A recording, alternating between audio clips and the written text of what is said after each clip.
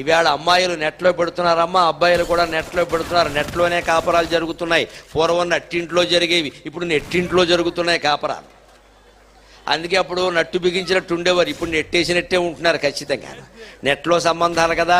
ఒక అమ్మాయి నెట్లో పెట్టిందండి, మా శిష్యుడే ఒకతను, వాడు అమెరికాలో ఉన్నాడు, పరిశోధన చేస్తున్నాడు, ఎంఎస్సి పాస్ అయి ఫిజిక్స్లో పరిశోధన చేస్తున్నాడు, మహామేధావి. వాడికి ఇక్కడ మన లెక్కల్లో చెప్పాలంటే లక్షల్లో వస్తుంది జీతం.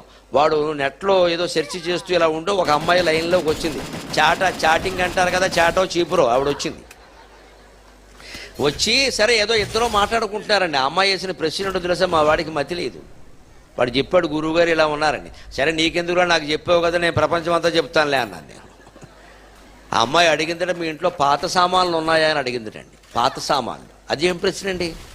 పెళ్లి కొడుకుని పాత సామాన్లు అడగడం ఏమిటి అంటే? తీసేసిన సూట్ కేసులు, కుర్చీలు, బల్లలు అవే కదా. మీ ఇంట్లో పాత సామాన్లు ఉన్నాయంటే